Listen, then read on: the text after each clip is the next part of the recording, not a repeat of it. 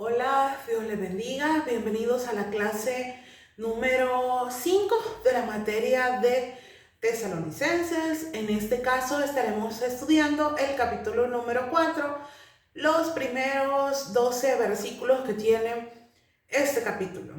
Y Primera de Tesalonicenses, en su separata, dice así. Vamos a leer el versículo 1, que comienza a explicarnos cómo deberían de vivir los creyentes. Dice: por lo demás, hermanos, os rogamos y exhortamos en el Señor que, de la manera que aprendiste de nosotros, cómo os conviene conduciros y agradar a Dios, así abundéis más y más. Eso dice el primer versículo. Acá nos enseña, dice, ¿verdad?, según su separata, cómo los creyentes tendrían que vivir aquí en la tierra, a la luz de la venida de Cristo. Por eso dice: rogamos y exhortamos, ¿verdad?, que de la manera que aprendiste de nosotros, así conviene conduciros y agradar a Dios. O sea, le está hablando cómo deben vivir los creyentes. Es decir, siempre tenemos que buscar la forma de agradar a Dios. Dice, este es el aspecto práctico de la esperanza de la venida del Señor. Nos gusta esperar con ansia el día en que seamos arrebatados para encontrarnos con el Señor en el aire. Yo creo que todos conocemos eso, o parte de la historia, ¿verdad?, de lo que se conoce como el arrebatamiento, o también es conocido como el rapto.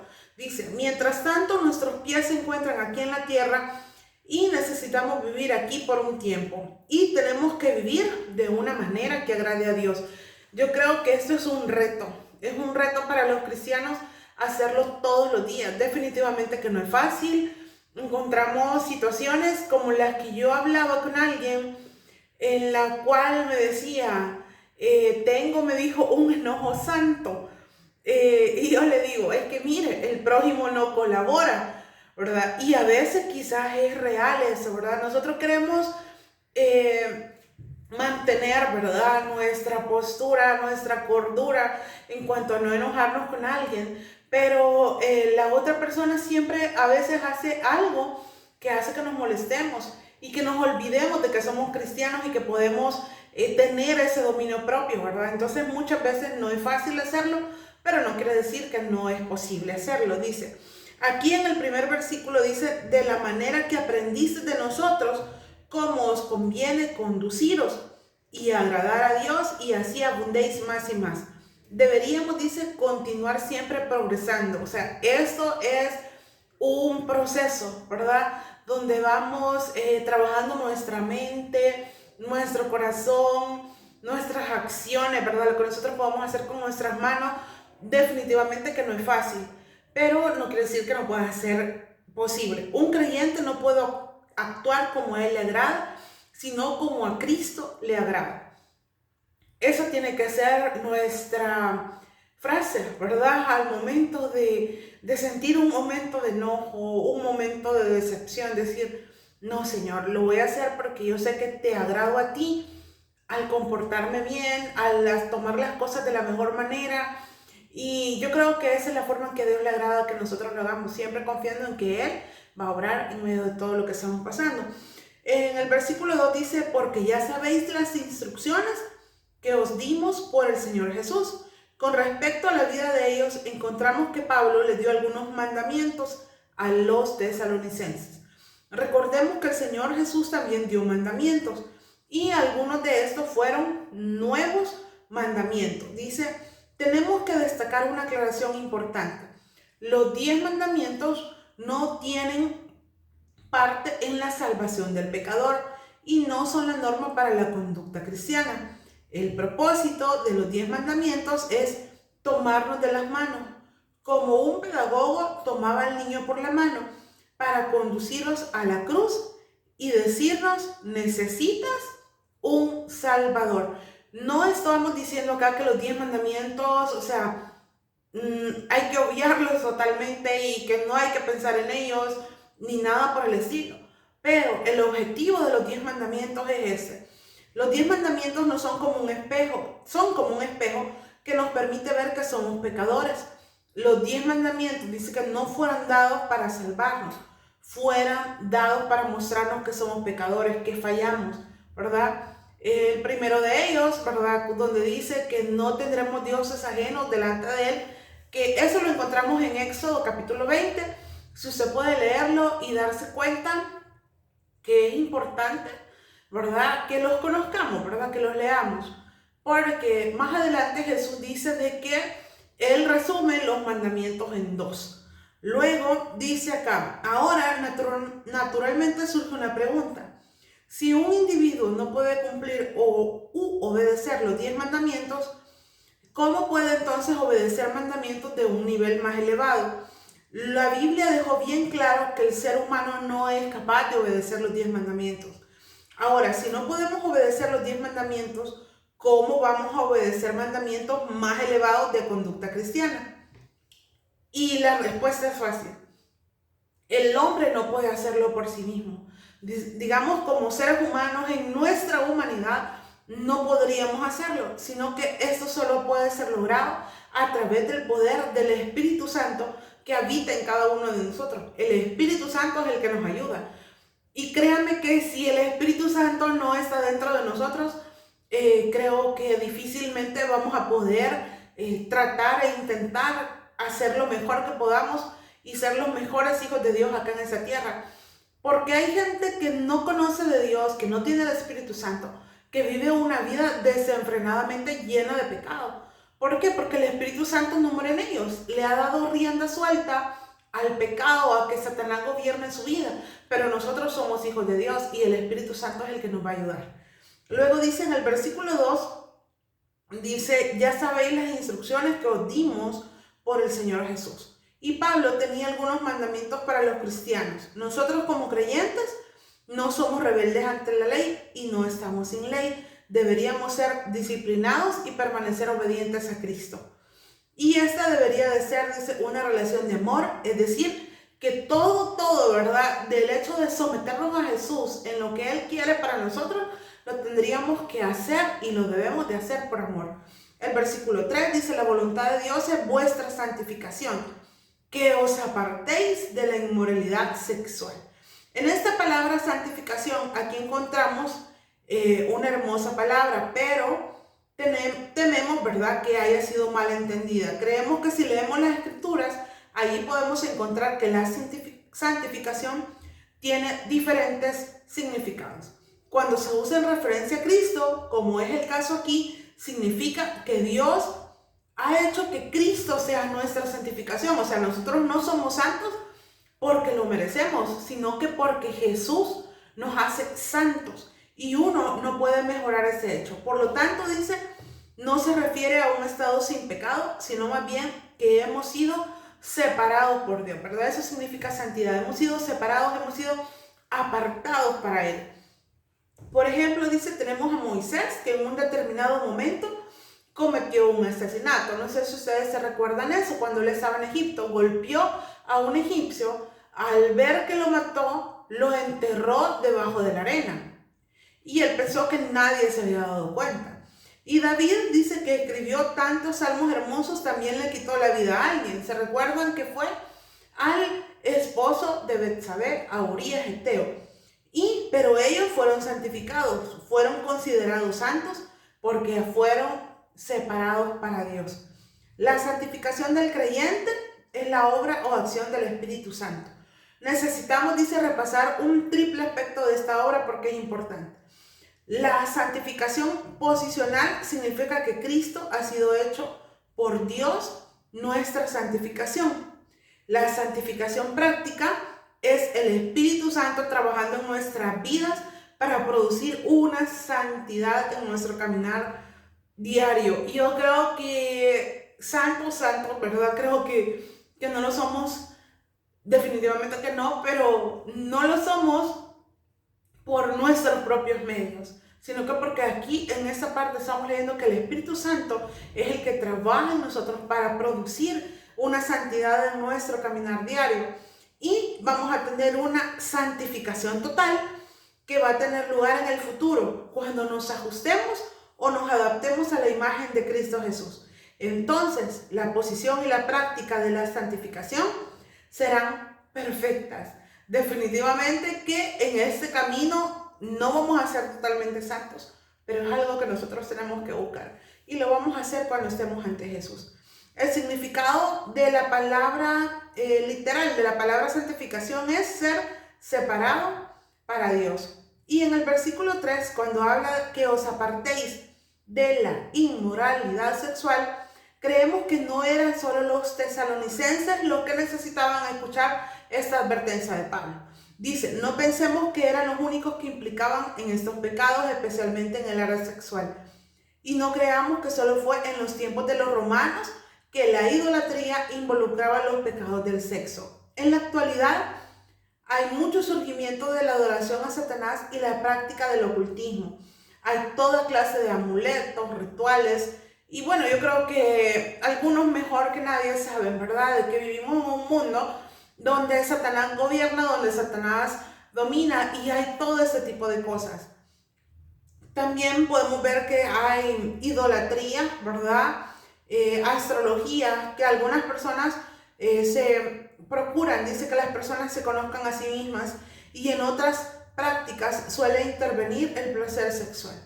La advertencia de Pablo es válida para cualquier época, porque una persona no puede vivir controlada por el pecado y al mismo tiempo ser usada por Dios en cualquiera de los aspectos del ministerio cristiano.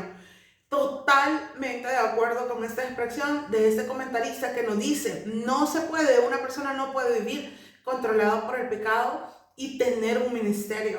¿Por qué? Porque podemos, ¿verdad?, llevar a esas otras personas por un camino que no es correcto y enseñarles lo que no es correcto.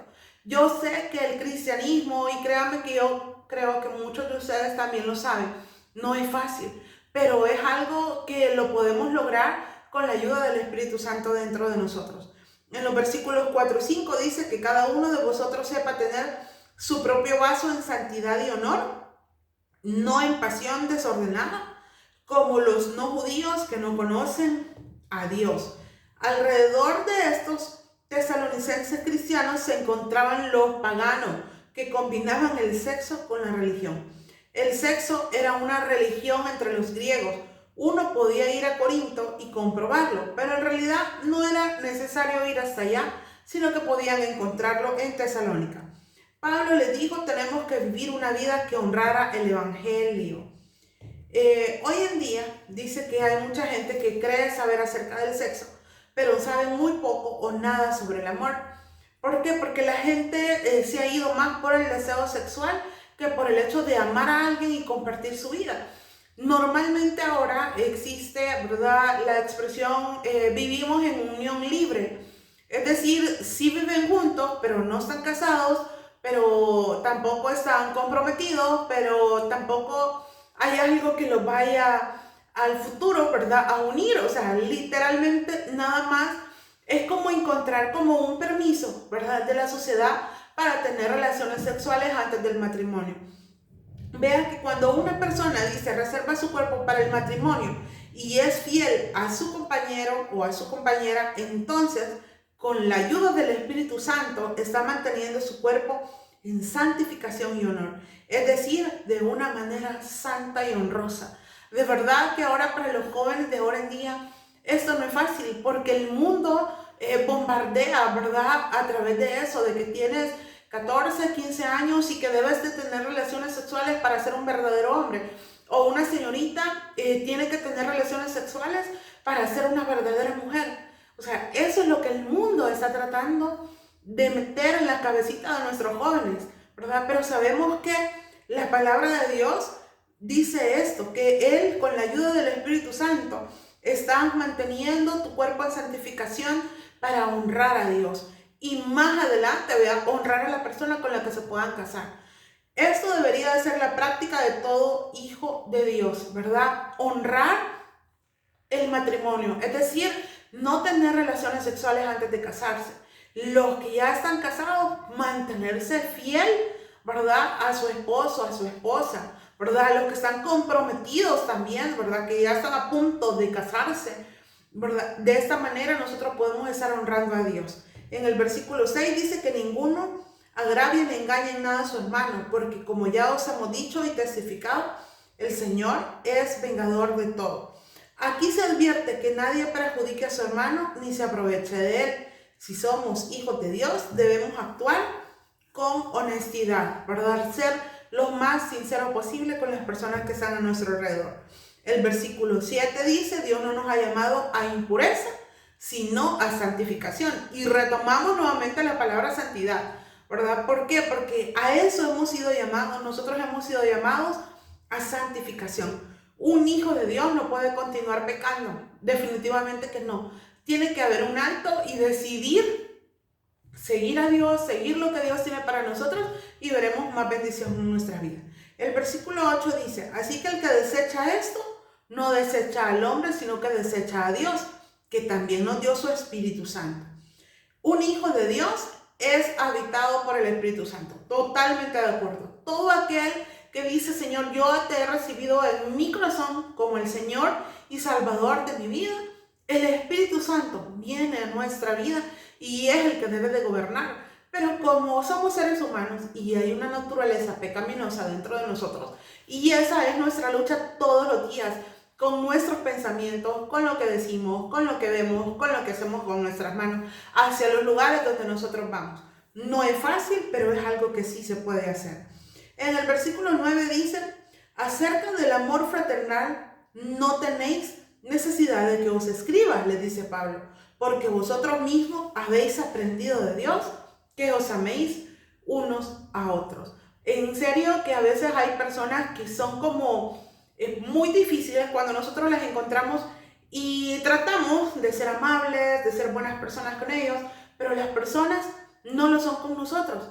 Esas personas son las que más necesitan de Dios porque su corazón está muy dañado y nosotros a veces lo que hacemos, en lugar de acercarnos a esas personas, nos alejamos. Pero ahí es donde nosotros tenemos que pedirle ayuda a Dios para tenerles un poco de paciencia y lograr que el amor de Dios pueda entrar en el corazón de esas personas.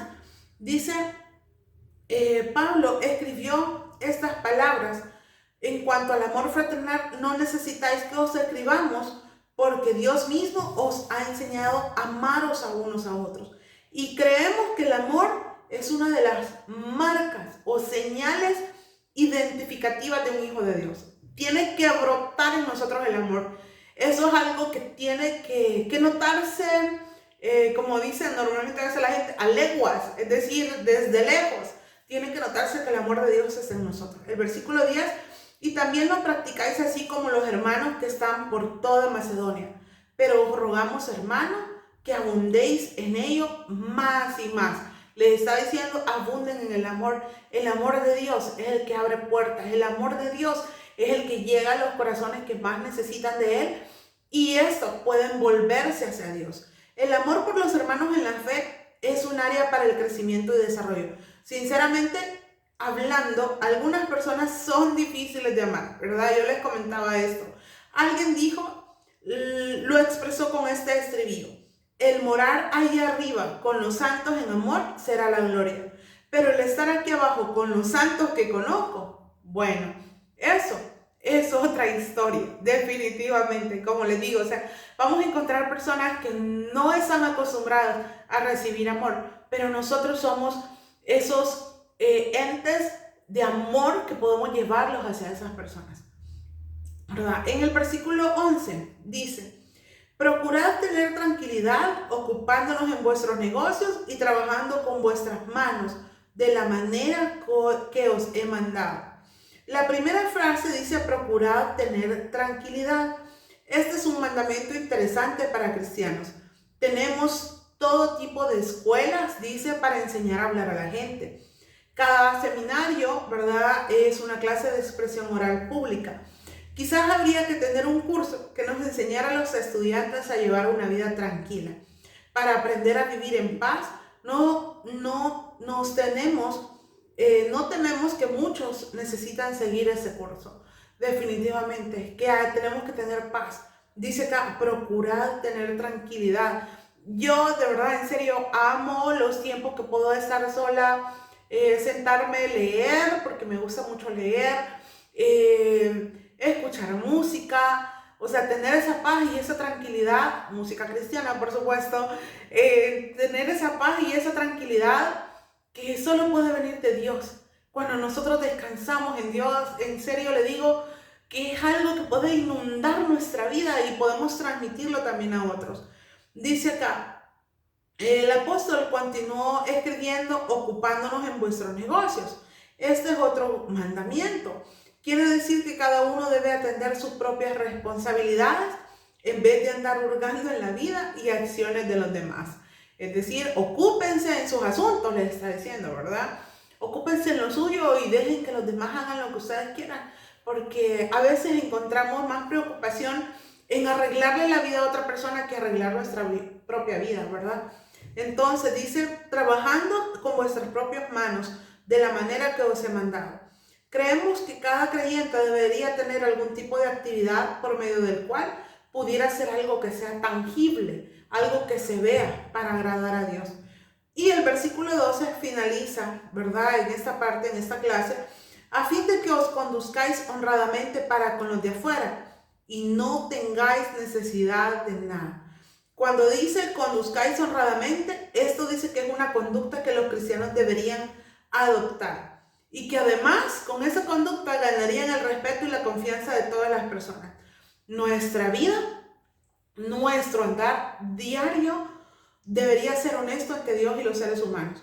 Todos nuestros tratos con los demás, incluidos los no creyentes, que esta es como la parte más complicada para nosotros, porque entre hermanos creo yo que creyentes, ¿verdad? Nos soportamos, nos aguantamos, pero los no creyentes, o sea, siento que ellos tienen como algo extra, ¿verdad? De probar nuestra paciencia. Dice, tendrían que ser escrupulosamente honestos, transparentes.